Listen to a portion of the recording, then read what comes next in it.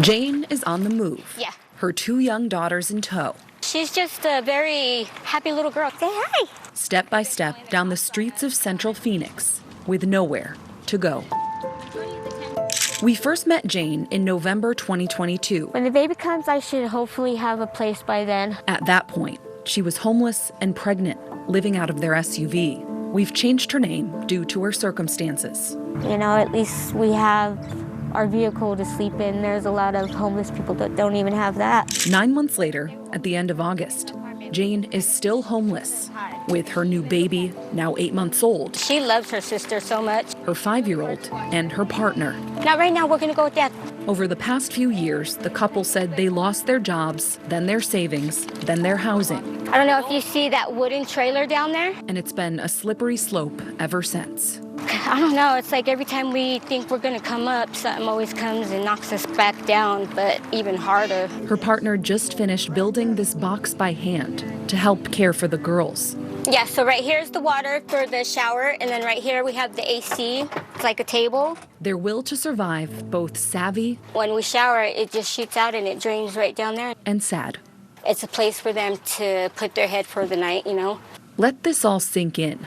A baby born into homelessness, and a mom somehow raising her family while lacking one of life's most basic needs.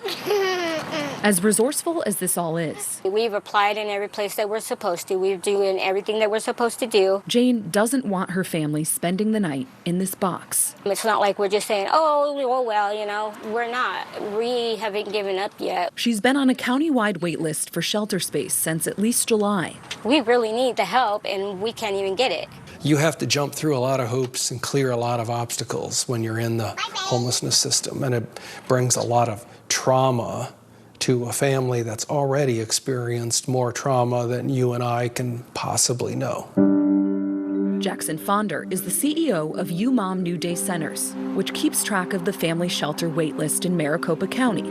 As of mid-August, there were more than 280 families waiting on shelter space. Those families include more than 400 adults and nearly 700 children. And the wait time is about 5.5 weeks. When I saw those numbers, my jaw literally dropped. I will tell you right now at 280, that is an emergency number in my head when I see that. It's sort of like an all hands on deck. You got to do what you can to move people out as fast as possible. But when people aren't connecting to affordable housing or to jobs, the wait list backs up, all while more people are asking to get on it. The higher the severity, the higher you go up on the list. That's tough to have a family check in with us and do the intake and then send them on their way. What's the reality of where they're going back to? The reality is they're going back to where they most likely came from, which could have been a friend's apartment, might be in a hotel that you or I would never stay at, or a lot of times they go back to their automobile, their car, and they might be parking it in the back of a retail store. They've got no place to go. After Jane gave birth at the hospital, both she and her partner were arrested for failing to appear in court. They said they didn't get notices because they didn't have an address for mail. Plus, the day that I had my hearing is when I went into labor and had my baby. the pair faced charges in a forgery and theft case from last year, but earlier this year, they took plea deals so they could go out on probation to raise their girls. She's got the cutest little feet. Being homeless with kids isn't in itself a crime. My kids are happy kids. My kids are very well fed. They're very well taken care of. But it is hard. Jane said they crammed into a relative's apartment during the hottest days of summer, and in early August, their SUV was towed. Phoenix police told us it was inoperable, didn't have registration, and that the couple was warned before the towing. All of our clothes, all of the Pampers, formula, everything that I needed. Everything important was in that car. Less than 2 weeks later, another blow. The relative they'd been staying with got evicted for having homeless people at their place. Jane and her partner weren't officially on the lease, meaning they got locked out too. It's literally all we have now. Despite the contact with police and courts and being on the family shelter wait list for weeks, Be careful with your shoes. it was easier to scrounge materials on the streets to build this box than it was to get any immediate help. Somebody just helping us, you know, like giving us a hand, and then from there we can take it. Such a heartbreaking situation. But Jane's story doesn't end here. The I-Team called the city of Phoenix while at the box to let them know about this family's dire situation. And how exactly does that huge shelter wait list work? What happens next after the break? A few minutes ago, we showed you a family of 4 bracing to live in a wooden box with this heat on the streets of central Phoenix. And they're far from alone. Right now, more than 280 families with children are currently on a shelter wait list. Some families can get lost in that process, even with a network of resources. As the I-Team's Erica Stapleton shows us, it wasn't until 12 News shined the spotlight on the family's dire situation that they got the help they needed.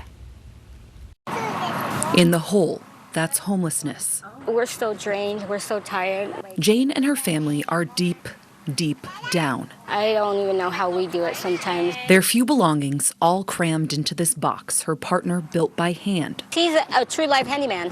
He can fix anything. But they can't seem to fix their family's bad situation. We don't have no money to start, so that's what makes it the hardest. The box is no place for the family of 4, with a baby and a 5-year-old. I'm 5. And the further down the hole they are, the harder it seems to be to get help. The families are hidden. Jackson Fonder is the CEO of UMOM New Day Centers, the largest family shelter provider in the state. They have 150 rooms, but the countywide wait list is more than 280 families deep. I've been here the last 3 years. We've not come close to functional zero.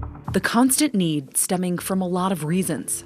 Domestic violence, medical bills piling up, rent increases rising to the top of the list. Federal housing data for 2023 shows on average a 2-bedroom apartment in the Phoenix metro area is more than $1,700. Oof, it's going to cost you. That's gone up $300, $400, $500, $600 a month in the last 3 years. The Maricopa County Justice Court system tracks evictions, which have risen after the pandemic. Last year, there were more than 67,000 evictions in Maricopa County. This year is on pace to surpass that. In 2022, the state spent more than $71 million to help pay rent for more than 8,000 low-income households and allocated more than $500 million toward new low-income housing options. That won't be done for a while. It's not enough to keep up. We build market rate housing here and luxury housing here. I mean, Phoenix is growing exponentially. Along the way, we sort of forgotten about low-income families. And now you have more and more families falling through the cracks. The skyscrapers, a stark contrast to Jane's family box. He found it all. What they're left with after falling through those cracks. In Jane's case, they didn't connect with help through court, in their encounters with police, or most recently when their relative was evicted from the apartment they'd been staying in. When you've been evicted, lost a job, been put in jail, you're constantly moving in and out of dire situations. It's not like anybody's there waiting for you to help you. After seeing this setup, the 12 News I-Team called Phoenix's Office of Homeless Solutions to make sure Jane's family was on their radar. I sent the city the pin for the location, and within hours, Oh my gosh. an outreach team found them. Feels good. Their situation was considered an emergency, and they were able to pack up their belongings that evening. I'm ready to go and get my life started again. They would eventually be taken to UMOM, where Jane had been waiting on the wait list since at least July. It was really hard, especially to find a place to go with a family. Do you think providers are doing enough? Yes, but I would also say, isn't there always room for improvement? When we caught up with Jane's family a few days later at UMOM, we could see the type of room they were staying in, plumbing for the shower, rather than the water jug they built in the box. It feels good to have our own space. The 12 News I-Team intervention isn't the norm. At this point, families can be on the shelter waitlist for several weeks, as UMOM sets other families up to leave the shelter. Jobs and housing are what end family homelessness. Jane's partner is hopeful that he could maybe find a job in woodworking. And start saving to get a place. And Jane is just relieved That's pretty. to bring her daughters some sense of stability. We're gonna let him get up in the room, okay? Baby steps Don't lose it. out of the hole. Eric, I think heartbreaking is the only word that comes to mind. And you certainly can't be expected to intervene in every single situation. No, not at all. How has this been for you to watch this family's journey?